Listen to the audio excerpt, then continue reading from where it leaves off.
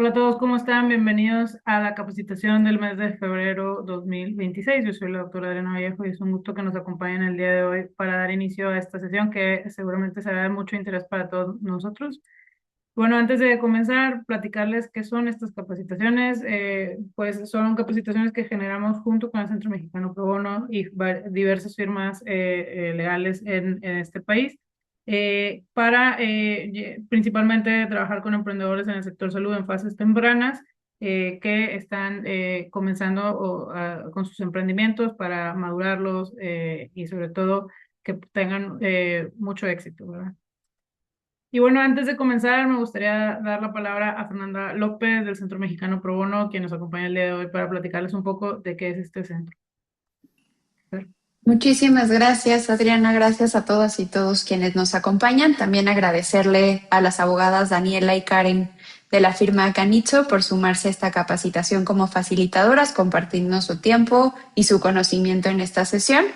Y justo el Centro Mexicano Pro Bonos es una asociación civil ya fundada hace 10 años por Ivette Montero, que tiene como objetivo fortalecer la cultura de la legalidad en nuestro país.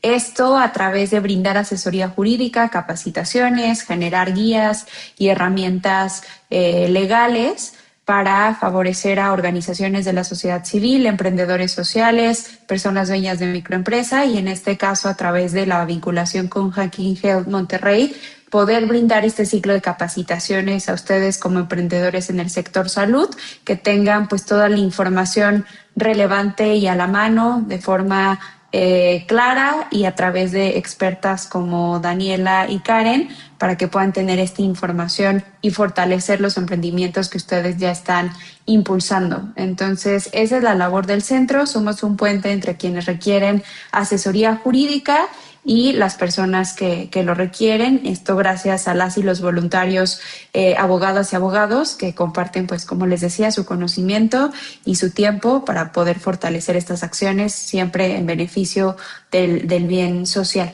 Entonces, eso es lo que hacemos desde el centro y felices de acompañarles en esta sesión. Invitarles a consultar también las herramientas jurídicas, los manuales en nuestra página de internet, que es probono.mx. Y en caso de que ya como emprendedores requieran alguna asesoría específica de algún tema muy puntual, nos pueden contactar a través de Adriana para poderles ya brindar asesoría y acompañamiento muy puntual. Entonces, eso es lo que hacemos desde el centro y de nuevo, muchas gracias por participar en esta capacitación. Muchísimas gracias, Fernanda. La verdad, siempre es un gusto colaborar con el Centro Mexicano Pro Bono y bueno, pues ya una colaboración de varios años, entonces es un gusto poder continuar con estas conversaciones tan importantes para el emprendimiento en salud. Y bueno, vamos a presentar a nuestras invitadas del día de hoy. Primero que nada está la licenciada Daniela Compeán, abogada con experiencia en investigación jurídica y en el área de concursos mercantiles, con especial enfoque en la reestructuración financiera de empresas y en la negociación estratégica con vendedores. Su perfil profesional se distingue con un sólido liderazgo, alta capacidad de análisis y notable adaptabilidad a distintos contextos legales, lo que le permite abordar asuntos complejos con una visión integral. Antes de estar en la firma de Canizo, bueno, ella participó en procedimientos concursales, elaboración y análisis de documentación corporativa, la revisión, estructura y estructuración de contratos, el desarrollo de estrategias para la resolución de problemáticas legales en el ámbito mercantil. Ha realizado investigaciones jurídicas especializadas en temas literarios, jurisprudenciales y de análisis de sentencias, colaboración estrecha con el doctor José Pablo Abreu, Sacramento, fortaleciendo el estudio y la interpretación profunda de información legal. Es licenciada en Derecho y Relaciones Internacionales por el Tecnológico de Monterrey. Bienvenida. Por su parte, la licenciada Karen Ortega es abogada corporativa y de compliance, con más de 15 años de experiencia en firmas legales y asesoría de negocios, especialista en Derecho Mercantil y Derecho de la Empresa, experta en fusiones y adquisiciones, reestructuraciones corporativas, joint venture y gobierno corporativo. Con una amplia experiencia en competencias económicas, protección de datos personales, anticorrupción y prevención del lavado de dinero. Es asesora en el diseño e implementación de programas de cumplimiento, códigos de ética, políticas internas y capacitación corporativa. Ha participado en operaciones relevantes de diversos sectores, incluyendo ventas de empresas líderes y asesores a consorcios, empresas y startups. Como formación, ella es licenciada en Derecho por la Universidad Panamericana, también cuenta con diversos cursos en el ITAM, ANADE, UTLAB y Centro de Excelencia del Gobierno Corporativo. Un gusto tenerlas aquí el día de hoy y bienvenidas. Si gustan, pueden... Muchas gracias por esa presentación. Bueno, pues damos entonces inicio a pues la capacitación que les estaremos dando. Pues hola, todos y todas, son bienvenidos. El día de hoy, mi colega Karen y yo vamos a darles esta capacitación en la cual vamos a tratar tres temas que creemos son fundamentales, los cuales son el gobierno corporativo, la inversión o levantamiento de capital y el escalamiento. Claro, enfocado específicamente a startups en salud. Digo que estos temas son sumamente relevantes y especialmente cuando hablamos en temas de salud, porque no solo estamos construyendo negocios, sino que también tocamos temas importantes como lo es la regulación sanitaria, los datos personales sensibles y las diversas responsabilidades que tienden a ser un poco más delicadas en este sector que en otros sectores. Entonces, nuestro enfoque va a ser un poco lograr aterrizar de lo legal a lo práctico, buscando que sepan tomar decisiones, informadas desde el inicio de una startup para que eso no les llegue a generar pues topes al momento de querer captar inversión y querer escalar su empresa. La estructura de la sesión se va a dividir en tres fases. Primero vamos a hablar un poco de las estructuras sociales y gobierno corporativo, desde cómo nace una sociedad a cómo se organiza legalmente. En segundo, vamos a hablar de los aspectos legales de la inversión, levantamiento de capital, donde trataremos algunos términos relevantes, en qué consisten y pues justamente qué ven estos inversionistas al momento de querer invertir. Y tercero, los aspectos legales para escalar una startup en salud. Crecer, básicamente, sin generar riesgos innecesarios. Y al final de cada bloque habrá un espacio de preguntas y respuestas en el cual los invitamos a que pues, prendan sus micrófonos, participen. Sabemos que hicieron ya algunas preguntas al momento de registrarse, pero pues, les invitamos a que si sienten que no se contestaron en lo que estamos diciendo, por favor, hagan la pregunta cuando estemos en las etapas de Q&A. Y bueno, nuestros objetivos con esta capacitación, como les comentaba, es justamente que tengan esta toma de decisiones informada desde el momento de la constitución. Entender cómo prepararse para recibir inversión, evitar errores que les bloqueen el crecimiento y escalamiento y hacer justamente este escalamiento con cumplimiento regulatorio en el sector de salud. Claramente no se trata de volverlos abogados, pero sí se trata de darles una claridad estratégica para que la toma de decisiones que vayan haciendo de tiempo en tiempo pues sea informada y logren alcanzar las metas que tengan para escalar su startup. Para empezar, nos gustaría hacerles una pregunta integradora. Los invitamos a levantar la mano, pero queremos saber qué es lo que les viene a la mente cuando escuchan las palabras gobierno corporativo. ¿Alguien? Pueden abrir sus micrófonos o en el chat también participar.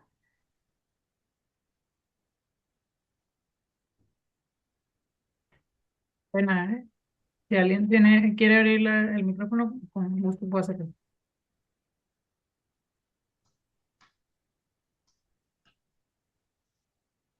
Bueno, si no, ¿No? no pasa nada. Ok. Entendemos que es un término que puede sonar abrumador o embonar en muchas cosas, y pues eso en esta primera etapa lo vamos a tratar de abordar, ¿no? Esta primera etapa donde vamos a hablarles justo de las estructuras societarias y el gobierno corporativo desde el punto de vista de startups. Sé que cuando escuchamos gobierno corporativo, justo muchas veces pensamos que son empresas enormes o ya muy burocráticas las que lo tienen que considerar, pero la realidad es que si por algún punto empezó así, hoy ya es una realidad para todas. Estemos ya siendo empresas muy grandes o aún en una etapa startup, no importa, tenemos que considerarlo. Es este sistema que busca pues dar transparencia y una estructura que fomente la inversión y proteja al mismo tiempo a los accionistas. Incluso ya hay reglas establecidas que las emite el Consejo Coordinador Empresarial, de las cuales se van a poder ustedes apoyar también mucho para saber pues, con qué tenemos que estar cumpliendo, etcétera. Pero pues para startups significa algo mucho más práctico. Básicamente establecer las reglas claras. ¿Quién va a decidir cómo se decide, cómo vamos a documentar y supervisar? Es darle estructura a una sociedad para que generemos así confianza y nos manejemos mejor. Pero pues para empezar hablaremos un poco justamente de las estructuras societarias. Esto es un poco de la base jurídica al momento de empezar, de que nace la startup. Lo que se estructura bien desde el inicio les va a costar menos trabajo corregir después. Entonces, es esencial cuando estamos empezando a tener esto en el radar para pues dar inicio a la vida de la startup, ¿no? En México, claro que existen varias figuras societarias, varias reguladas por la Ley General de Sociedades Mercantiles, algunas como la famosa SAPI, que está regulada también por la Ley del Mercado de Valores, pero pues tratándose de startups, las tres más comunes son y tienen ser la Sociedad Anónima de Capital Variable, la Sociedad Anónima Promotora de Inversión y la Sociedad por Acciones Simplificada. Quiero recalcar aquí que la elección se puede hacer por diferentes factores. Es un tema que tienen que evaluar ustedes al momento de tomar la decisión conforme a sus metas y estudios que realicen internos de la startup, pero para ayudarlos a hacer esto, pues les vamos a dar un poco de información de estas sociedades. Primero está la Sociedad Anónima de Capital Variable, que pues es de las más comunes que vemos en México y es una empresa con accionistas en la cual la responsabilidad de los accionistas se limita a lo que aportan. En principio, es decir, los socios no responden con su patrimonio personal, sino hasta su aportación. Hay que tener aquí el ojo de que esto siempre es cuando estén bien administradas las empresas. Entraremos en eso, ese detalle un poquito más adelante, pero en principio sí, los accionistas solo responden por lo que aportan. Después está la Sociedad Anónima Promotora de Inversión. Aquí quiero destacar dos cosas importantes. En esta sociedad, se podría decir que básicamente es la prima hermana de la Sociedad Anónima de Capital Variable. Únicamente hay un diferenciador, que es la posibilidad que tienes cuando tienes una SAPI de recomprar tus acciones, ¿no? Pero, al igual que la SADCB, tienen algo en común, que es que puedes emitir diferentes tipos o series de acciones que para este punto es básicamente establecer las reglas del juego de qué acción va a tener ciertas facultades o posibilidades, qué tipo de acción no.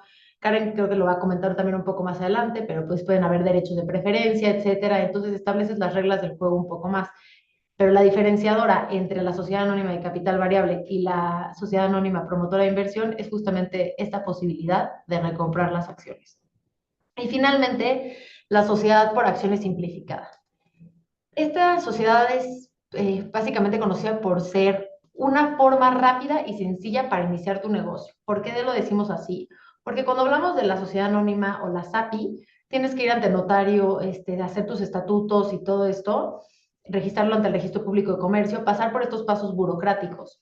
Mientras que en la sociedad por acciones simplificada, básicamente te constituyes de forma muy rápida y sencilla porque lo haces en línea en la página de la Secretaría de Economía, incluso ahí ellos proveen los estatutos redactados, entonces sí es más sencillo, pero tiene un offside que tiene límite anual de ingresos. Es decir, estás topado en cuanto a los ingresos y actualmente, si no me equivoco, está alrededor de 7.6 millones de pesos este tope. Y esto es algo que tenemos que considerar porque, pues, evidentemente, si tenemos rondas que vayan a venir mucha inversión o que sepamos que pues, nos puede caer una inversión grande, tal vez esta estructura nos limite ya que no podemos superar ese monto que les mencionaba. Entonces, la flexibilidad puede ser algo menor. Sí, Karen, no sé aquí si... Dani, nada más si me permites el comentario. O sea, la sociedad por acciones simplificada puede ser un instrumento que quieran considerar en caso de que por alguna razón el tema de llevar a cabo su emprendimiento como persona física pues no sea viable o quieran como que de alguna manera delimitar la responsabilidad por esto que comentaba Dani de que se responde con un patrimonio específico, ¿no? O sea, la creación de una empresa es lo que te va a generar, como limitar esta responsabilidad porque tú dedicas un patrimonio y pues en caso de que haya algún problema, alguna contingencia, responsabilidad, se limita a esa aportación. Entonces, si estás en una etapa muy temprana donde no te convenga hacer tu emprendimiento de forma personal, la SAS puede ser una buena alternativa porque además es la única sociedad mercantil en México que te permite que esté constituida por un solo accionista. ¿Sí? Si la idea es tener un emprendimiento donde busques escalarlo y buscar inversión, pues entonces más bien la recomendación sería irte por alguna sociedad anónima, ya sea la SA o la SAPI. Creo que esto me da un poco de hincapié justo para pasar a la siguiente diapositiva, que es el cómo elegir. Hay varios puntos que deben de considerar al momento de elegir qué sociedad constituir, como la entrada de inversionistas, justo este tema de flexibilidad accionaria, que pues tienes al emitir diferentes tipos de acciones, como puede ser en la SAPI o en la SASB, y exigencias regulatorias en salud, la protección patrimonial que bien les comentaba Karen, que pues esto implica justo que respondan solamente por lo que se aportó, pero también puede haber, hay que tener cuidado porque hay una línea fina aquí, sí puede haber afectación patrimonial si, por ejemplo, se llegan a mezclar cuentas personales con las de la empresa, si se firman garantías personales o si hay algún incumplimiento grave. Por ponerles un ejemplo, en el tema fiscal, la autoridad incluso puede llegar a levantar el velo corporativo. Entonces sí tiene esta protección, pero también hay que pues manejarnos bien y saber las decisiones que estamos tomando para que no se tenga que levantar este velo corporativo. Este, Ahora, hay algunos errores que vemos frecuentemente que se hacen al momento de elegir cuál es el vehículo ideal para tu startup. Algunos errores son, por ejemplo, usar figuras muy simples como las AS, sin considerar estas rondas futuras de inversión en las que podamos excedernos de ese tope económico que tiene. Y otro es el no separar los socios operativos de los socios inversionistas. Esta es la distinción que sí queremos hacer, para que sea de su conocimiento. Un socio operativo es ese que va a estar básicamente, pues, sí adentrándose en las decisiones de la empresa, con su expertise, trayendo su conocimiento para pues, fomentar y ser más participativo dentro de la empresa. Mientras que un socio inversionista son aquellos socios que traen dinero, que invierten, son parte de la empresa, pero tal vez no quieren ser tan participativos, ¿no? Entonces, esto se puede hacer con una estrategia un poco justo de emitir series de acciones, para no disolverse tanto como accionista, etcétera, que lo tocaremos un poco más adelante, este tema de las disoluciones, pero sí hay que considerar esta diferencia al momento justamente de decidir qué vehículo nos conviene y cómo queremos establecer pues nuestras reglas de juego, ¿no? Ahora, entrando a un tema muy central el día de hoy, vamos a hablar un poco del gobierno corporativo. Esto, como les comentaba, significa definir cómo se van a tomar las decisiones y se supervisará la gestión de la empresa. Va a ser el sistema bajo el cual las sociedades son dirigidas y controladas. Y no se trata solo de burocracia, sino de ser muy claros, saber cómo queremos establecer las reglas del juego y cómo prevenir conflictos. En este aspecto hay tres órganos de gobierno que queremos conozcan, seguramente han escuchado de ellos en algún momento, los cuales son la Asamblea de Accionistas, el Consejo de Administración y los comités. La Asamblea de Accionistas es la que representa a los dueños y toman estas decisiones un poco más estructurales, como puede ser la reforma de estatutos, el aumento de capital, son un poco más institucionales en ese sentido la toma de decisiones. Después está el Consejo de Administración. Este es el que supervisa la estrategia y la gestión. Eh, y por último están los comités, que son como grupos más específicos en los cuales se van a dedicar a ver temas más detallados, más justamente como, bueno, especializados. Y aquí quiero hacer hincapié en un punto muy importante. Los comités y el consejo tienen una cosa que creemos nosotros que hoy en día es esencial, que les recomendamos, que es la diversidad. Por ejemplo, si bien la sociedad anónima puede tener un administrador único, no se le solicita que sea un comité como tal, o consejo, es importante que sí haya diversidad. ¿Por qué? Porque la expertise que traigan diferentes personas a estos órganos va a ayudar a que la toma de decisiones sea más informada, más completa, que exista esta discusión y que la resolución que se llegue a tomar o las decisiones que se tomen pues sean de mejor calidad, ¿no? Entonces también en cuanto a los comités y el consejo, tener esta diversidad, hasta lo decimos a veces de edades, de a qué se dedican en otras cosas, es importante para tener una perspectiva un poco más global al momento de tomar decisiones. Y los comités, pues, son este grupo intermediario, que puede durar toda la vida en la empresa, pero también, en debidos casos, se pueden hacer comités temporales para algún asunto que se tenga que atender en ese momento, ¿no? Y deben normalmente tener un miembro del consejo de administración, pero también se complementan con expertos en la materia. Por poner un ejemplo, en empresas de salud pueden llegar a tener algún comité de cumplimiento regulatorio sanitario. Este comité pues, puede tener justamente alguien estratégico del consejo de administración, pero también algún abogado que sea experto en materia de regulación sanitaria. Y esto les va a ayudar a tener una perspectiva muy completa y tomar decisiones. Y entre estos tres órganos se van a estar ayudando entre sí. O sea, el comité va a ayudar al consejo de administración y el consejo de administración a la asamblea con sus actividades rutinarias que hacen de tiempo en tiempo, como el envío de los estados financieros para que sean aprobados por la asamblea, entre otros detalles. Karen, no sé si aquí quieras tú agregar algo. No, pues justo creo que tocaste los temas importantes, o sea, son tres órganos que su funcionamiento de alguna manera va a ser que la empresa tome buenas decisiones, cada quien tiene sus ámbitos de operación. Justo lo que se busca aquí es que generen valor y lo que decías, ¿no? Este tema de la diversidad es lo que va a generar este valor y pues que tomen en consideración constituir algún comité, o sea, no es algo que tengan que hacer desde que se crea la sociedad, lo pueden hacer dependiendo del grado de madurez de la empresa y conforme se vaya requiriendo. El comité más conocido o el que suelen tener la mayoría de las empresas es el comité de auditoría. Sin embargo, para el caso de las startups no es un requisito, ¿no? Entonces, a lo mejor si no tienen el presupuesto o no tienen em, pues la estructura para hacer todos estos órganos, pues pueden funcionar perfectamente con la asamblea y con el consejo, pero pues tratar de sacar lo mejor, ¿no? El mayor provecho a cada uno.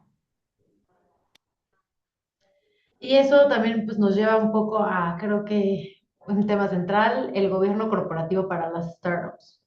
Aquí tenemos que considerar algunos puntos clave, que son la distinción entre control y gestión. El control tiene que ver más como con la propiedad y las decisiones como más estratégicas, mientras que la gestión es más bien la operación diaria del negocio, ¿no? Y no siempre quien tiene el control debe encargarse de la gestión y viceversa. Puede darse, pero no tiene que ser necesariamente así. También está el tema del rol del fundador clínico y founder CEO. Esto lo vemos mucho en startups de salud. El fundador clínico es aquel que tiene el conocimiento técnico y como la credibilidad médica, esta expertise para tal vez hacer un producto, diseñarlo, etcétera. Mientras que el founder CEO también tiene su expertise, pero más en habilidades tal vez de dirección, de estrategia, posicionamiento, levantamiento de capital, entre otros detalles. Entonces, también distinguir entre estos dos roles al momento de pues, componer estos órganos va a ser muy importante porque puede que en unos tenga que estar forzosamente el founder clínico porque tiene justo esta expertise de producto, tal vez en el regulatorio sanitario, ¿no? El comité regulatorio sanitario. Pero el founder CEO tal vez tiene que estar en otros más esenciales, más de tal vez de inversiones o temas de posicionamiento y estrategia. Entonces, tener estos roles distinguidos y saber cuándo jugar cada uno de ellos es importante. Entendemos que inicialmente tal vez puedan ser la misma persona, y esto está muy bien, nada más el tema es saber la toma de decisiones que tenga este complemento y es muy importante. Y por último también está el tema de la independencia y la profesionalización progresiva. Habla justo de esta incorporación de consejos para fortalecer la supervisión y estructurar mejor la toma de decisiones, que es esto un poco que les comentaba Karen, ¿no? Conforme va creciendo la empresa, tal vez ahorita no necesitan tener muchos comités o otros detalles, pero conforme va progresando, pues que sean áreas independientes que vayan viendo las diversas tuercas del reloj. Sí, y ahí es importante mencionar que, por ejemplo, algo que vemos comúnmente es que los accionistas son parte del consejo. O sea, el que mete el dinero forma el consejo y toma las decisiones y lleva la gestión de la empresa. Y a lo que se refiere a este tema de independencia y profesionalización progresiva es que en gobierno corporativo Se reconocen distintos tipos de consejeros, que son los consejeros patrimoniales y los consejeros independientes. Los patrimoniales son justo estas figuras donde al mismo tiempo eres accionista y eres parte del consejo. Entonces hay una relación ahí pues medio dependiente. Y los consejeros independientes son personas ajenas a la asamblea de accionistas, no son accionistas y son personas especialistas en alguna materia. Por ejemplo, si tú eres un founder clínico y a lo mejor el tema médico, sanitario, regulatorio lo dominas, a lo mejor lo que necesitas es allegarte a personas en el consejo que tengan más expertise en el tema de negocio, levantamiento de capital, que complementen tu conocimiento. O a lo mejor al revés, eres un founder, CEO, donde dominas el tema de negocios, de captación de capital y sabes que el sector salud es un buen mercado, entonces te tienes que allegar de gente que te agregue valor en el tema médico, ¿no? Entonces aquí es donde se puede ver muy claramente este valor de la diversidad, de buscar o de identificar esas áreas donde necesitas algún complemento y traer gente especialista. ¿Ok? Que no nada más se quede en que pues el propio accionista es el mismo que el consejo, ¿no? Y ahí se va a ver esta independencia y esta profesionalización, ¿no? En incorporar a estas personas, esto va a fortalecer la supervisión y en sí mismo la estructura. Y siguiendo con este tema, hay algunos documentos clave que tienen que considerar al momento de pues, constituirse, ¿no? Primero están los estatutos sociales, el famoso contrato social. Este va a ser donde se establecen pues, las reglas del juego como un poco de un inicio de cómo se va a manejar la empresa, desde su denominación hasta cómo se van a hacer convocatorias para que sesione el consejo, la asamblea de accionistas, cómo se va a votar, los tipos de acciones se establecen normalmente desde los estatutos sociales. Este es un documento público que se registra en el Registro Público de Comercio, donde se acuerdan todos estos detalles. Uno muy relevante también es el pacto entre accionistas. Este es un contrato privado que va a llegar a complementar justamente a los estatutos sociales, donde entre accionistas pueden acordar diversas reglas que no modifican los estatutos, pero que se van a utilizar. O sea, pueden decidir votar en bloques de manera unificada algunos accionistas, entre otros detalles. Entonces, mientras que los estatutos son públicos, este es un documento privado, este es un documento que no modifica los estatutos, pero también establece reglas que pueden usar con el objetivo justo de como ordenar la convivencia societaria, establecer las reglas claras del funcionamiento y también puede ayudar a prevenir futuros conflictos, ¿no? Y por último están las políticas de compliance y ética, que aquí Karen es, digo, yo he trabajado en muchos temas con ella, pero es experta. Karen, ¿algo que quieras agregar en cuanto a ese punto? Sí, mil gracias, Dani. Justo pues el gobierno corporativo y el compliance son materias que se complementan y lo que va a ser súper importante es que eh, creen el tema de cumplimiento desde su código de ética o código de conducta, donde se definan muy bien y claramente y se comuniquen los valores o principios de la empresa, porque eso nos va a permitir tomar mejores decisiones en momentos pues complicados, ¿no? Obviamente la recomendación es que pues tengan políticas en las materias regulatorias que les sean aplicables, pero justo pues en un primer momento a lo mejor no tenemos el tiempo, la capacidad, los recursos para desarrollar tantas políticas, pero lo que es fundamental y mi recomendación sería empiecen con su código de ética y de ahí pues partir, ¿no? Poco a poco. em, Conforme lo vayan requiriendo y obviamente los aspectos regulatorios que sean más importantes dependiendo de lo que se dediquen. Excelente. Y pues bueno, aquí cerramos con esto un poco la primera etapa. Los invitamos a hacer cualquier pregunta que llegaran a tener. Prendan sus micrófonos, por favor, o si quieren ponerlo en el chat, estamos a su disposición.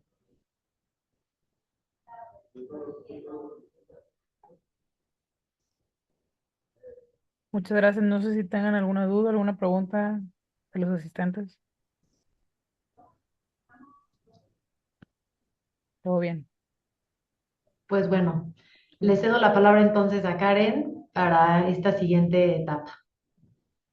Gracias, Ani. Pues sí, ahorita vamos a hablar un poco de los aspectos legales del levantamiento de capital. Nos vamos a enfocar en cómo levantar inversión y cómo esto no se trata únicamente de conseguir dinero. O sea, un levantamiento de capital va a implicar modificar la estructura jurídica, económica y de control en el emprendimiento o en una startup. ¿Ok? ¿Me ayudas, Dani? Gracias. Eh, pues bueno, levantar capital puede hacerse de distintas formas y va a depender mucho en la etapa del startup, de la empresa, las necesidades tanto de sofisticación, de cantidad de dinero, ¿no? Y aquí les ponemos como cuatro ejemplos comunes de cómo se hace un levantamiento de capital o dónde se puede conseguir, ¿no? Podemos empezar con el Friends and Family, que es como la etapa más como casual o más informal, ¿no? Pero justo porque se hace con un círculo cercano donde como dice su nombre, nos allegamos de amigos y familia que estén dispuestos a invertir capital, pues suele ser muy informal, no se documenta y entonces genera riesgos legales, ¿no? Entonces, aquí la recomendación es que se documenten estos ingresos de capital, que estén muy claros las obligaciones, cómo se van a capitalizar o devolver estos fondos y además pues es una etapa donde a lo mejor el financiamiento o el capital que se logra conseguir es limitado, ¿no? Después tenemos esta etapa de ángeles inversionistas. Aquí ya es un poquito más estructurada. Es una etapa donde las empresas todavía no tienen un producto en el mercado, donde a lo mejor estamos todavía en una etapa de estudio de mercado, de investigación, de desarrollo de producto y las inversiones suelen ser también pues limitadas, no tanto como un Friends and Family, pero no son inversiones tan grandes y suelen estar vinculadas con estos procesos de que les decía, ¿no? Apenas como preliminares, donde no necesariamente hay un producto o un servicio ya colocado. Aquí, pues sí hay ya un tema de documentar legalmente estas entradas de capital, porque obviamente son terceros, y pues se tiene que hacer esta negociación de derechos. Pueden ser mediante, bueno, ahorita vamos a ver como que diferentes tipos de, de instrumentos, pero pues aquí ya es importante considerar que a partir de esta etapa, pues ya necesitamos tener un poquito más de estructura y, y de orden legal, ¿no? Porque ya empieza una negociación de derechos, ¿ok? Después tenemos ya el Venture Capital, que es una estructuración mucho más sofisticada. Aquí este tipo de financiamiento se da cuando ya hay un producto o un servicio donde ya hay un mercado y lo que se busca con esta inversión es escalar el negocio, la empresa, el producto, más que desarrollarlo. Entonces aquí sí ya hay una inversión más importante y puede ser que incluso pues haya inversionistas que también aporten pues este, más que capital, know-how, infraestructura, relaciones, contactos. Y aquí normalmente ya se tienen que negociar algunos instrumentos más sofisticados como acciones preferentes con derechos económicos y políticos diferenciados o reforzados, ¿ok? Y por último tenemos los grants o el financiamiento público, que aquí tiene ventajas y desventajas. Alguna ventaja es que no te diluye, a diferencia de lo que podría pasar con ángeles inversionistas o con un venture capital, donde al entrar otros accionistas, tu participación se diluye en el grant o el financiamiento público. Esto no pasa, es más como un crédito, un financiamiento, pero hay que tener mucho cuidado con estos instrumentos porque normalmente van a tener restricciones, o sea, hay que cumplir con muchos requisitos, entonces sí, la empresa o la startup debe ya tener cierta estructura, debe contar con ciertos, tener evidencia de cumplimiento, pero además hay que revisar muy bien a qué nos estamos obligando, qué restricciones hay. Y justo más adelante vamos a dedicarle un espacio específico a platicar de este instrumento. ¿Ok? Entonces, hay que revisar el tipo de instrumento para ver que realmente está alineado con la etapa de madurez y estrategia de crecimiento de nuestra startup y qué estamos, o sea, qué vamos a hacer con ese dinero, ¿no? Obviamente, a mayor nivel de inversión, pues va a haber una mayor revisión legal por parte de los inversionistas. Entonces, quisiera platicarles también de la diferencia en los instrumentos de inversión que son el equity, que se refiere a en sí mismo a las acciones, que pueden ser ordinarias o preferentes, y tenemos otro instrumento de inversión, que son los instrumentos convertibles, ¿ok? Entonces, las acciones pueden ser preferentes, que van a otorgar derechos especiales de preferencia de pago, ya sea en un momento de pago de dividendos o si se acuerda la venta de la empresa como método de salida, los inversionistas pues van a tener una preferencia en el pago en caso de venta. ¿Ok? Em, el equity o las acciones necesariamente van a implicar una dilución y pues aquí es importante esta parte de la flexibilidad que te da de tener distintas series de acciones. Ahora es importante tener en cuenta que, por ejemplo, cuando te constituyes, puedes tener acciones ordinarias y que otorgan tanto derechos económicos como derechos corporativos.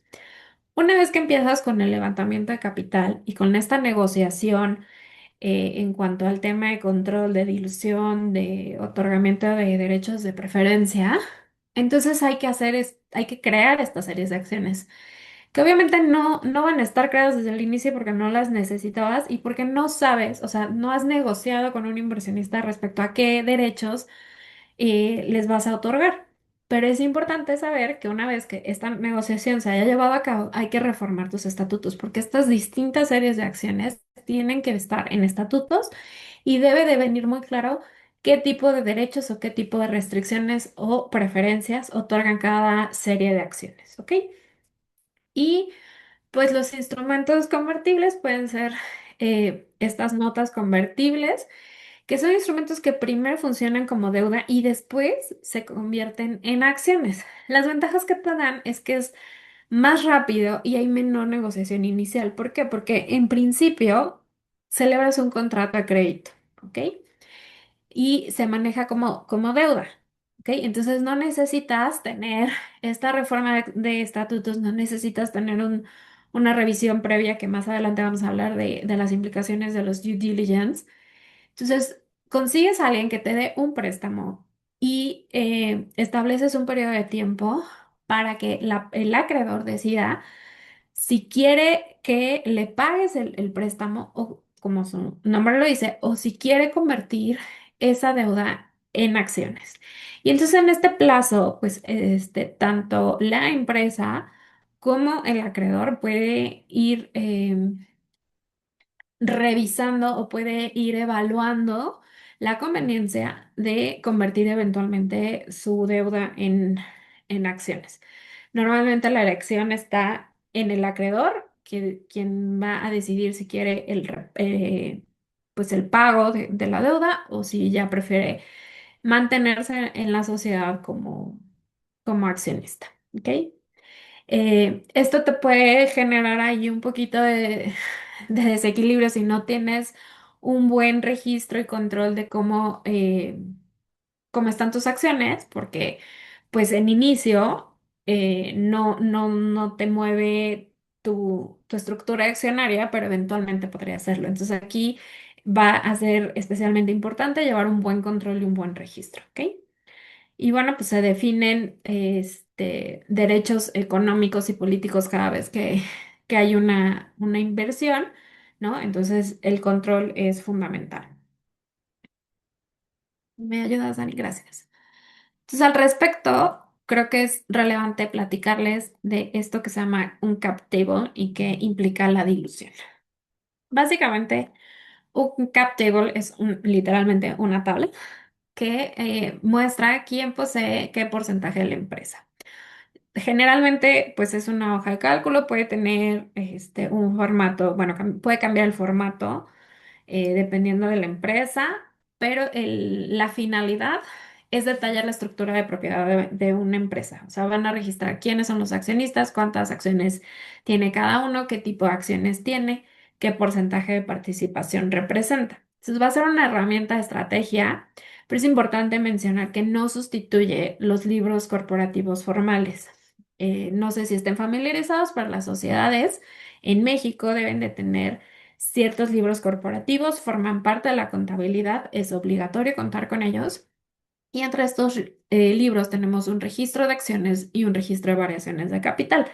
Ahí, desde que se constituye la sociedad, cada vez que hay alguna modificación, en este caso, si tenemos un levantamiento de capital, tenemos que ir a estos libros y hacer el registro correspondiente, tanto en el de registro de acciones como el de variaciones de capital. Muchas veces, por temas de comodidad, de inmediatez, pues no le das o sea, a veces el inversionista te pide el cap table en lugar de pedirte los libros corporativos para no tener un documento como muy formal y del libro o las copias o el scan del libro, sino que pues literalmente en una tablita o pues en algo más visual, en algún cap table, ellos pueden identificar pues cómo está integrado el capital, cuántas rondas de levantamiento de capital has tenido, qué tan diluido está el capital, ¿no? Y eso les permite una toma de decisiones. Ahora, hablamos de dilución. No sé si estén familiarizados con este concepto, pero la dilución, pues es normal, ¿no? Con el levantamiento de capital. O sea, implica que cuando entran nuevos accionistas, pues obviamente tu participación va disminuyendo, ¿ok? ¿Y cómo distinguimos una dilución sana de una dilución tóxica? Pues obviamente la dilución sana es estratégica y lo que busca es el crecimiento. Entonces aquí es donde toma muchísima relevancia esta negociación entre qué tipo de derechos les vas a dar a los inversionistas, ¿ok? ¿Y qué van a aportar? O sea, y si tienes inversionistas que además del capital te van a aportar otro tipo de conocimiento, know-how, infraestructura, etc., etc., y que van a aportar valor, ¿ok? Entonces, esa sería una dilución sana. Una dilución tóxica es esta dilución desproporcionada sin creación de valor, donde tú, por conseguir dinero, es como si entra, entra, entra, yo te doy acciones, y al final estás súper diluido, pierdes el control de tu sociedad y no generaste valor, ¿ok? Eso sería una dilución tóxica. Y eso tiene impacto en rondas futuras, ¿ok? Porque obviamente los inversionistas van a ver qué porcentaje de participaciones tienen los fundadores, cuántas acciones les estás ofreciendo, qué porcentaje representa del total de las acciones, si existen notas convertibles pendientes. Todos estos temas van a ser relevantes para que un inversionista pueda tomar la decisión de si invierte o no en un proyecto o en una startup. Entonces, pues obviamente un cap table mal hecho, mal estructurado, pues inmediatamente va a ser un red flag para cualquier inversionista. Entonces, es importante que tengan esta herramienta, pero además sus libros corporativos al día. ¿Ok? También quisiera hablarles, ¿me ayudas, Dani, con la siguiente slide, por favor? De una herramienta que se llama Vesting, que también no sé si estén familiarizados con esta herramienta, pero les voy a platicar del Vesting y el Equity, tanto para founders como para los equipos de trabajo. El vesting es un mecanismo mediante el cual tanto fundadores, empleados o inversionistas van a adquirir derechos sobre acciones de una empresa, pero esto va a ser de manera gradual y va a estar condicionada ya sea a que se cumplan plazos de tiempo o el cumplimiento de metas o de hitos específicos que se pueden medir con KPIs, ¿ok?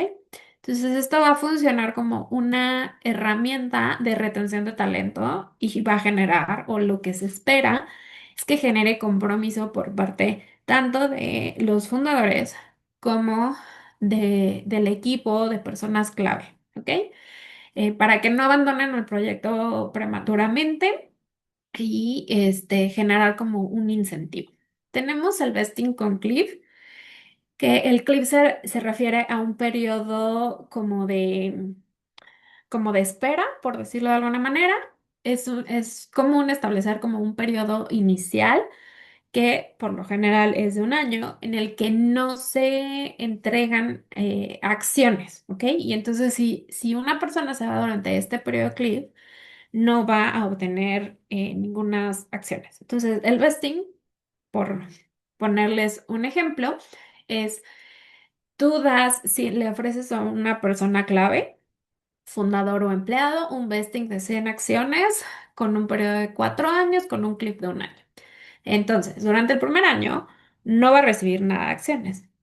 A partir del año 1 hasta el año 4 va a recibir gradualmente esas 100 acciones. Y pues se puede convenir cómo se van a entregar, si se van a entregar de manera anual, que en cada aniversario, un 25%, o si esas 100 acciones se van a dividir mensualmente con entregas parciales. Entonces, eso se va a determinar y se va a acordar en cada caso y conforme lo decían, ya sea por tiempo, ya sea por hitos específicos, cumplimiento en metas, ¿ok? El reverse vesting lo que te permite es que eventualmente la empresa pueda recomprar esas acciones que dio en vesting, ¿ok?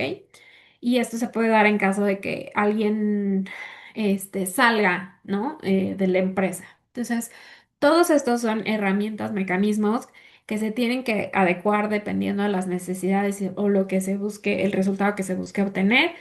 Este tipo de mecanismos lo que busca es fidelidad, es mantener, o sea, la retención de talento y sobre todo de personas claves, ¿no? Y va de alguna manera a alinear los intereses del equipo, ya sea founders o trabajadores, con el crecimiento a largo plazo de la empresa, ¿ok? Y esto se va a regular ya sea en los pactos entre accionistas de los que nos habló Dani o en los contratos laborales, dependiendo si el vesting se ofrece a accionistas o a empleados, ¿ok? Y más adelante vamos a ver y vamos a platicar de los temas de los contratos, incluyendo los contratos de trabajo. Y pues bueno, al final, pues esto es equity para el talento clave, ¿no? Y pues el tema de cómo lo vas a documentar, pues es donde se tienen que acercar con un especialista para aterrizarlo a las necesidades de cada empresa. También, como les decía hace rato, es importante cuando hablamos de levantamiento de capital de inversión, platicarles sobre los procesos de due diligence. El due diligence es una revisión, una auditoría que normalmente cuando estamos levantando capital tenemos que estar preparados para que los inversionistas hagan este tipo de revisiones. ¿Ok? Van a revisar por lo general un due diligence legal, porque nosotras hoy les estamos hablando desde la perspectiva legal, pero va a haber temas fiscales y financieros que tienen que considerar y que se puede replicar esto del due diligence. Entonces, desde el punto de vista legal, van a revisar la estructura societaria, que tengan títulos de acciones, cómo está la propiedad intelectual, que haya cumplimiento regulatorio y que cuenten con contratos clave. ¿Ok? Esta revisión suele ser más profunda en en la industria de salud, perdón, por el riesgo regulatorio. ¿Ok? En esta industria, la realidad es que el riesgo regulatorio va a ser tan importante como el riesgo financiero. ¿Ok? Entonces, pues vamos a recalcar mucho a lo largo de la sesión de hoy en este tema del cumplimiento y cómo impacta en toda la vida de la sociedad. ¿Ok? Y por último, pues quisiera comentar o detenerme un poquito más en desarrollar el tema del grant, de los grants y el financiamiento público, que como lo vimos inicialmente, son apoyos financieros que no implican ceder acciones, entonces no vas a tener este fenómeno de la dilución, pero pueden tener restricciones sobre el uso del dinero, ¿ok? Entonces muchas veces el financiamiento público, los grants, te van a restringir muchísimo en cuanto para qué puedes usar eso, ese capital, a diferencia de otros tipos de inversiones donde los puedes utilizar pues para comprar inventario, para capital de trabajo, para a lo mejor un tema de renta o compra de algún inmueble, maquinaria, o sea, ¿no? Aquí normalmente el destino de los fondos va a estar muy limitado, entonces hay que tener cuidado con ese tema. También puede tener implicaciones en la propiedad de los resultados o restricciones en cuanto a la comercialización o participación de la institución que te esté dando este grant en cuanto, en cuanto a la comercialización, ¿no? Entonces, creo que en este tipo de financiamiento aplica muchísimo el tener especial cuidado en leer las letras chiquitas. O sea, aquí no nos podemos ir con que, ay, muchas gracias, me vas a dar dinero. Ajá, pero hay que revisar muy bien los requisitos y las restricciones. Antes de empezar de aceptar un grant, hay que estar muy seguros que entendemos lo que se está comprometiendo a cambio de ese capital. ¿Ok? Y pues aquí el mensaje de esta sección sería que levantar capital no es solamente una negociación económica, sino que te va a reconfigurar tu estructura legal. ¿Ok? Entonces es importante tener una preparación legal de tus documentos, entender, tener un orden documental y pensar en que pueden haber futuras rondas de levantamiento de capital y que estés listo para este tipo de procesos. ¿Ok? Sí, justo con Entonces, lo que dice un poco Karen, que consideren que tal vez hasta tener bien documentado todo puede ser un atractivo para un inversionista, ¿no? O sea, puede ser un distintivo con tu competidor de al lado que puede hacer algo similar al momento de captar inversión. Entonces, sí hacer hincapié un poco en eso, de verdad considérenlo como una plusvalía para su empresa. Y con esto, pues nuevamente abrimos también el foro a preguntas. Si alguien quiere comentar algo, preguntar algo, bienvenidos, por favor, prendan sus micrófonos. Muchísimas gracias. Creo que, digo, tocaron muchísimos temas y son súper importantes. No sé si alguien tenga alguna duda en lo específico.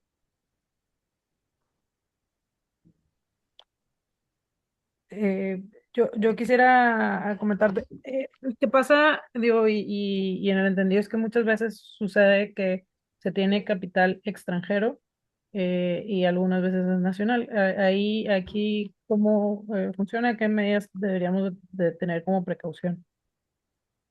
ok, pues esa es una muy buena pregunta, Adriana.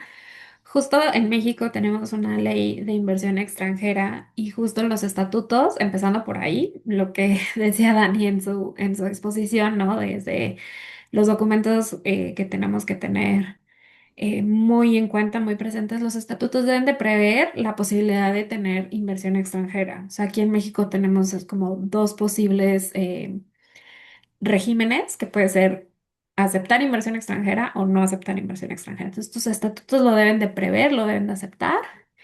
Y tenemos un registro que se llama el Registro Nacional de Inversión Extranjera, que depende de la Secretaría de Economía. Entonces, a la hora de que ingresa inversión extranjera, tienes que irte a dar de alta en este registro. Hay ciertas obligaciones de presentar informes. Antes tenías que presentar informes anualmente, sin importar nada. Ahora, afortunadamente, ya este requisito se activa o se detona cumpliendo ciertos umbrales, ¿ok? Entonces, pero sí es importante que si la intención es recibir inversión extranjera, tengan en cuenta que hay un tema más de cumplimiento que tomar en consideración y que poner en la lista. Claro, entiendo. ¿Alguien más que tenga alguna duda? Bueno, entonces, pues seguimos con la Última etapa que va a ser los aspectos legales para escalar una startup en salud. Para comenzar, quisiera platicarles un poco de la diferencia entre escalamiento y crecimiento. Si bien están ligadas y pueden sonar como lo mismo, nosotros lo vemos desde una perspectiva diferente. Escalar implica crecer sin multiplicar tus riesgos legales, ¿no? Justamente tener toda esta documentación, palomear todos estos puntos que les hemos comentado para que el crecimiento y el escalamiento vaya acompañado también de un escalamiento y crecimiento documental de expertise, de gobierno corporativo y de compliance, ¿no? Estar como, hacer muy completos. Es muy riesgoso escalar o crecer sin tener el compliance, ¿no? Entonces, les hacemos hincapié en que tengan esto en el radar, que lo consideren, porque también hay una diferencia entre escalar tecnológicamente y escalar con la regulación. Pueden tener tecnologías e innovaciones increíbles, pero también tienen que tomar en cuenta la regulación que les aplica, las cosas con las que tienen que cumplir de tiempo en tiempo y pues que el crecimiento implica en muchos casos más regulaciones que te apliquen. Como bien ahorita daban el ejemplo de la inversión extranjera, ¿no? Puede que nada más inicies con inversión local, pero en un momento necesites inversión extranjera porque estás creciendo y te viene un inversionista grandísimo de fuera, entonces pues tienes que hacer el cumplimiento regulatorio, tal vez no lo tienes en estatutos, entonces haces tu reforma de estatutos y te registras ante el Registro Nacional de Inversión Extranjera. Tener estos pasos bien mapeados para que tu crecimiento no vaya a desproporcionar a tu escalamiento en compliance, ¿no? El chiste es que vayan un poco de la mano.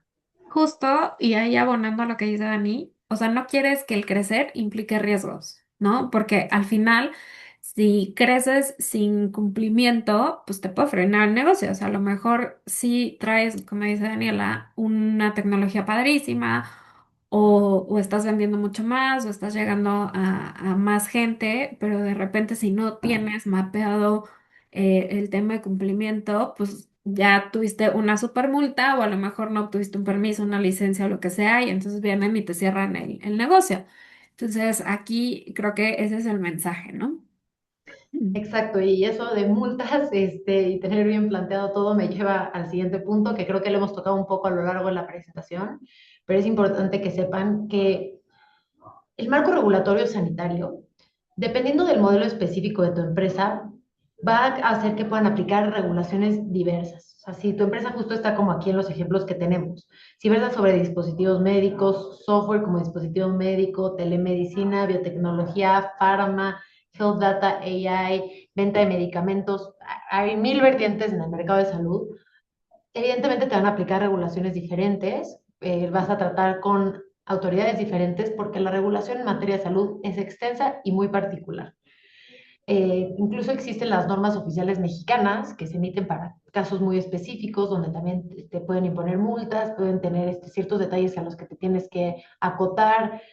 Por poner un ejemplo, para procesos, o sea, un caso que tenemos, por ejemplo, digo, no es en sanitario, ¿no? Pero tenemos una empresa que produce material que usa azufre, que es un material que está regulado por la Secretaría de Defensa Nacional. Entonces, aparte de tener un permiso para tenerlo, tenemos que hacer ciertas presentaciones mensuales, tiene regulación muy específica, existen estas normas y manuales en los cuales pues, nos detalla los pasos que tiene que tomar esta empresa. Entonces, para aplicar el marco regulatorio sanitario, es importante que sí contacte con gente experta en ese marco regulatorio para que no se les vaya algún detalle que pueda ser pues, dañino, como comentaba Karen, pues pueden llegar multas millonarias, te pueden sancionar y te pueden poner básicamente un estate quieto a tu startup, que no es la meta. Entonces sí es muy importante que lo tengan en el radar antes de escalar, hacer este estudio, porque como les digo, cada caso puede tener el marco regulatorio un poco diferente, no es un marco general, ¿no?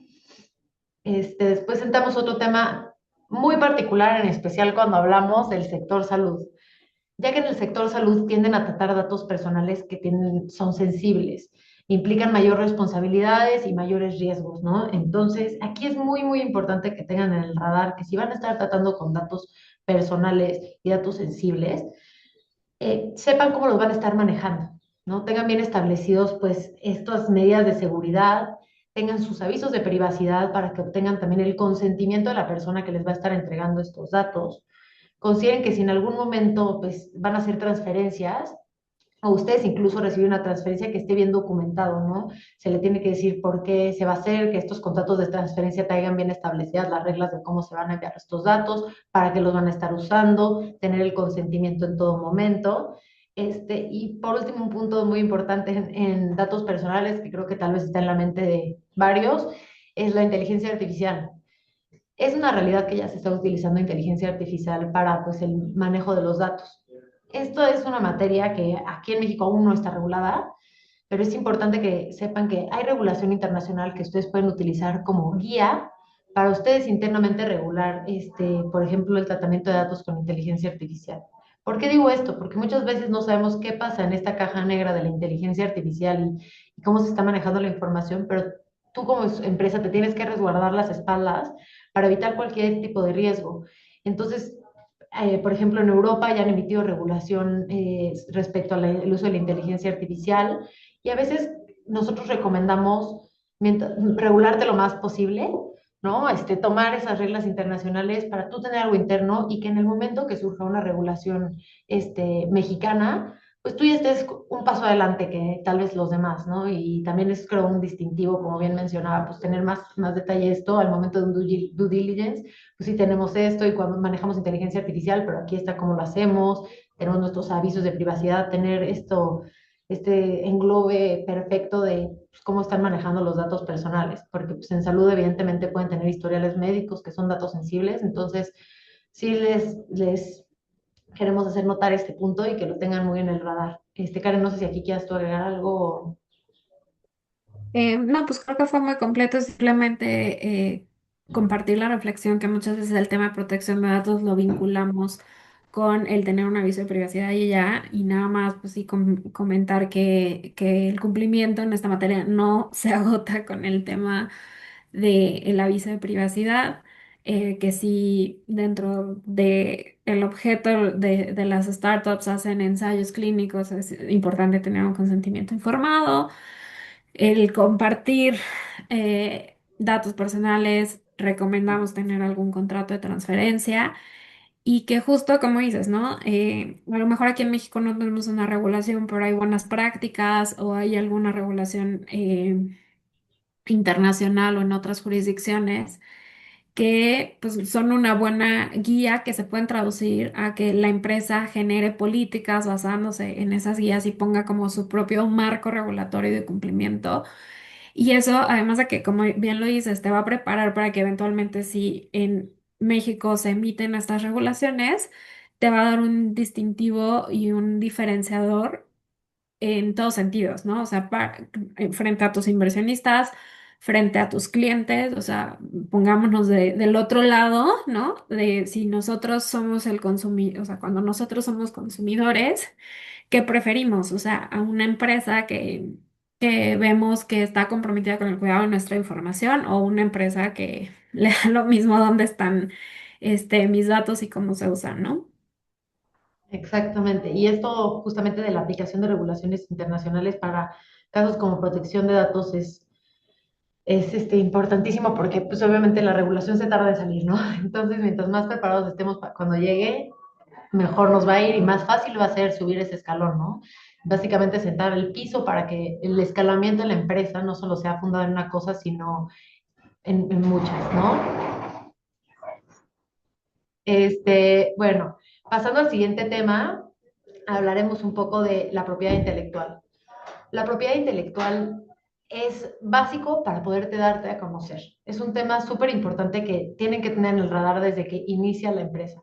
Este es un activo muy, muy valioso y pueden proteger cosas desde el nombre, los secretos industriales, softwares y algoritmos que usen, si usan alguna fórmula para producir algún tipo de medicamento, etcétera, ¿no? Y aquí es un punto muy clave que tienen que distinguir entre el tema de la titularidad.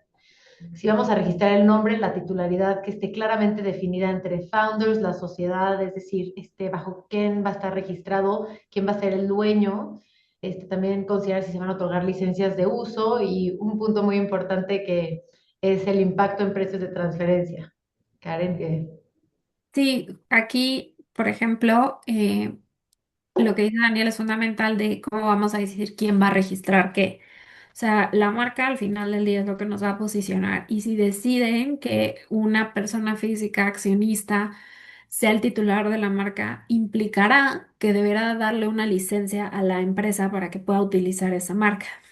Y por ejemplo, en temas de precios de transferencia, que es un tema fiscal, se tiene que hacer esta licencia, celebrar un contrato que esté a valor de mercado, ¿ok? Entonces hay que acudir con especialistas fiscales para que nos hagan la evaluación de qué es un valor de mercado para esta licencia, ¿no? Entonces pues ahí se los dejamos sobre la mesa. También el tema de los empleados, y una vez más vamos a regresar al tema de los contratos. O sea, si dentro de las actividades de algunos o todos de nuestros empleados está el desarrollo de un software, de alguna obra, de algún algoritmo, asegurarnos que la propiedad quede en la propia empresa y que no se considere como que es propiedad del empleado. Entonces aquí, una vez más, los contratos laborales toman muchísima relevancia y lo que les platicaba en el tema de inversiones sobre los grants, que, por ejemplo, si estamos colaborando con alguna investigación con alguna universidad o si tenemos financiamiento público, que la propiedad intelectual, tener muchísima certeza de que de dónde queda y quién va a ser el titular y cómo la podemos utilizar o si se generan algún tipo de restricciones, ¿no? Entonces son temas que les queremos como que poner sobre la mesa para que lo tengan presente y sean temas que cuiden. Y en ese mismo sentido, creo que Karen también me abre la puerta para hablar de contratos y modelos de colaboración. Créanme, esto es mi pan de todos los días. Los contratos es algo esencial. Entendemos que existen los acuerdos verbales, pero de verdad establecer las reglas entre partes para la colaboración que puedan tener con médicos, profesionales en salud, hospitales, clínicas, investigadores, etcétera, es sumamente importante. Tener contratos donde establezcan bien las reglas, cómo se van a manejar, va a ayudarles a regular claramente las relaciones que se tengan entre las partes y delimitar las responsabilidades, manejar los datos, estar en cumplimiento regulatorio, etcétera. Karen ahorita ponía el ejemplo de la colaboración con tal vez universidades en momentos de investigación, quién va a ser dueño. Todo esto se debe establecer mediante contratos. Créanme que tenemos muchos casos donde no se establecen en contratos y es una batalla de establecer cómo estaba la relación entre las partes, ¿no? Y también con los contratos laborales. Entendemos que son startups y que en algún momento pues, van a tener que contratar personal, ¿no? Entonces, tener bien hechos sus contratos laborales, el reglamento interior de trabajo, que esté todo bien establecido y documentado, es un punto base. No se los puedo reiterar más. Se los prometo que muchos conflictos de los que vemos, ni siquiera con empresas chicas, con empresas grandes, son a veces que se les va a hacer el contrato y es importantísimo. Pueden tener ustedes contratos machote, marco, que pueden ir utilizando y checando su actualización de tiempo en tiempo, pero de verdad celebren sus contratos, hagan sus acuerdos, tengan la documentación adecuada en todo momento. Sí, ahí creo que es importante, justo en varias secciones de de la sesión hemos platicado, ¿no? De la importancia de definir, de tener las cosas claras, de documentar las cosas. O sea, los contratos van a ser importantes desde cómo capto inversión, porque por ejemplo, si captas inversión mediante una nota convertible, pues necesitas un contrato de préstamo y establecer con qué fechas y qué opciones, cuándo, cómo la ejerce. Si haces un tema de vesting, pues va a estar en un convenio entre accionistas, que es un contrato privado, ¿no? O con tus empleados y va a estar en el contrato de trabajo. ¿Cómo garantizar que la continuidad de tu negocio, que tus proveedores van a cumplir en tiempo y forma con los insumos que tú necesitas para tu actividad? Pues necesitas un contrato y justo igual, o sea, son cosas que se pueden adaptar a tu forma de trabajar. Pues, como decía Dani, puedes tener contratos marco con órdenes de compra u órdenes de servicio, ¿no? Que a lo mejor por la rapidez que necesitas pues no puedes estar negociando un contrato cada vez que necesitas algo, ¿no? Pero sí, a lo mejor un contrato marco, un contrato de suministro. O sea, hay que ir entendiendo cuáles son las necesidades, cuál es la forma más eficiente de documentarlo, pero al final del día necesitas tener un respaldo de esos acuerdos, porque el día, o sea, todos somos amigos. hasta que un día algo falla y entonces ahí todo el mundo se vuelve loco porque ¿cómo le hago para solucionar este problema? ¿Cómo le hago para exigirle a esta persona que cumpla el compromiso, ¿no? Entonces, creo que esta parte es fundamental. Sí. Y bueno, nuevamente les abrimos el Q&A. Si alguien tiene una duda, algo que quiera comentar, bienvenido. Bueno, no sé si Adriana algo. Eh, de mi parte, no, creo que es muy claro esta parte y es verdad, siempre se generan conflictos en este punto de quién es dueño de qué y por cuánto tiempo y cómo, etcétera. Entonces sí es bien importante que lo tengan previsto desde un principio para evitar esos conflictos. Gracias.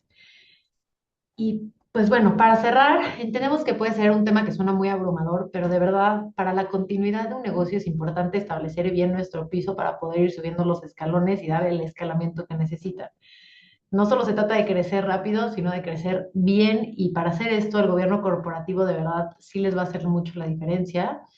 Eh, es importante que establezcan justo bien sus reglas del juego, cómo se van a estar manejando, la toma de decisiones, cómo se va a hacer, que tengan sus manuales, políticas, etcétera. Y por más que parezca abrumador, bien va a ser un distintivo para el día de mañana. Entonces, nosotros les dejamos aquí también nuestros datos de contacto, y estamos nuevamente abiertos si alguien tiene alguna duda, y les agradecemos mucho pues su presencia, y a Hacking Health y al Centro Mexicano Pro Bono por tomarnos en cuenta para esta capacitación.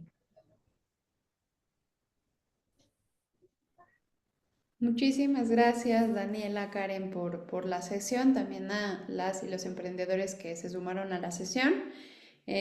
Justo invitarles, ¿no? Yo creo que la exposición de Karen y Daniela fue muy clara, nos fueron llevando de la mano durante cada uno de los contenidos. Sin embargo, si tienen alguna inquietud, alguna duda muy puntual, porque sabemos que cada emprendimiento pues se puede encontrar en una etapa de desarrollo diferenciada, ¿no? Y tienen retos muy puntuales, entonces si en alguno de esos retos jurídicos podemos orientarles, no duden en contactarlos, y obviamente súper agradecidas con Karen y con Daniela por esta sesión, y con Adriana pues por la invitación y por la convocatoria a esta capacitación.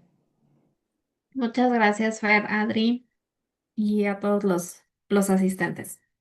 Muchísimas gracias a ustedes. La verdad es que nos vamos con temas súper importantes.